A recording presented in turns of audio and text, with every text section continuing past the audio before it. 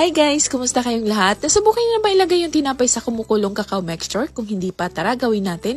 Napakasarap pala. Ayan po, tingnan niyo po, napakasarap yung dessert or pwedeng pang merienda. Napakadali lang gawin ito at kunti lang din ang mga sangkap na kailangan at hindi kailangan ng oven dito or steamer. Pwede na kayo makagawa ng dessert or pang merienda. Pwede niyo rin po ito gawin kung mayroong occasion sa bahay or birthday. Kahit anong occasion, pwede niyo rin po ito gawin pang dessert na sigurado akong magustuhan ng lahat. To start, i-on ko lang tong stove, tapos ilagay ko tong frying pan at maglagay na rin ako dito ng 2 cups na fresh milk. Kung wala kayong fresh milk sa bahay, pwede kayo gumamit ng evaporated milk. Kung wala ding evaporated milk, pwede kayo mag-mix ng Bear Brand. Lagyan nyo lang ng water. And naglagay na rin ako dito ng 1/4 cup na sugar, 1/4 cup na cacao powder, and then i-mix ko lang until ma-dissolve yung sugar natin at saka yung cacao powder. Yung sugar pala dito, kung sa tingin nyo medyo hindi matamis, pwede nyo pong dagdagan. Depende na po sa inyo kung gaano katamis ang gusto nyo.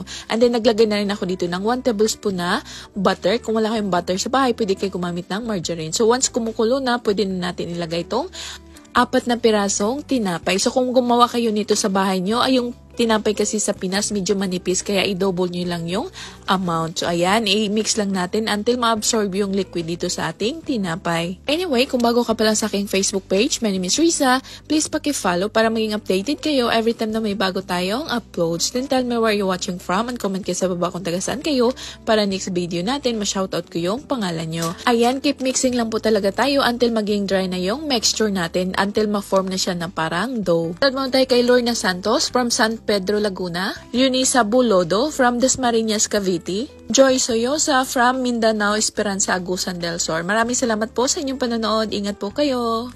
Ayan, after few minutes, luto na tong mixture natin. So, okay na to. Turn off ko na tong stove. Pagkatapos, i-transfer ko lang to dito sa aking baking molder. Nag-brush lang ako dito ng kunting butter. Or kung wala kayong butter sa bahay, pwede kayo gumamit ng oil. So, ilagay ko lang to ditong mixture natin.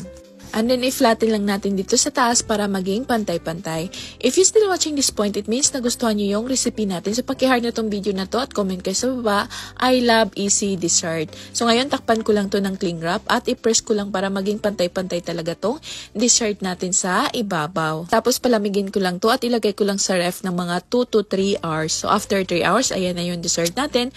Pwede na natin to i-unmold. So, tatanggalin ko lang to dito sa molder at ilagay ko lang dito sa aking plate. Mga mami, kung naghanap kayo ng simple dessert, subukan nyo po to. Sigurado akong pag ganito gawin nyo, siguradong magustuhan ito ng buong pamilya nyo. Lalo na pag mayroon kayong tirang tinapay sa bahay, ganito gawin nyo. Nako, siguradong maubos talaga agad ito pag ganitong merienda ang gawin nyo. So, ayan, ilagay ko lang dito sa baking cup. Ayan, ilagay ko lang to dito lahat. Ayan po, tingnan nyo po, napakasarap na talaga nito.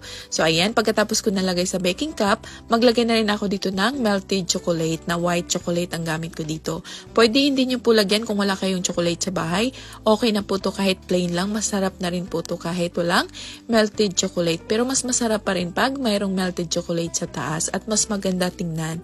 And then maglagay na rin ako dito ng chocolate sprinkle. Optional lang din po to. Ayan po, tingnan nyo po yung dessert or pang merienda natin. Napakasarap po, diba? Hindi nyo akalain na gawa sa tinapay lang to. So ngayon, alam nyo na kung mayroong kayong old na tinapay sa bahay nyo, pwede nyo gawin ganito. Nako, siguradong magustuhan ito ng buong pamilya nyo. Pwede pang dessert, pwede pang merienda. So, ayan.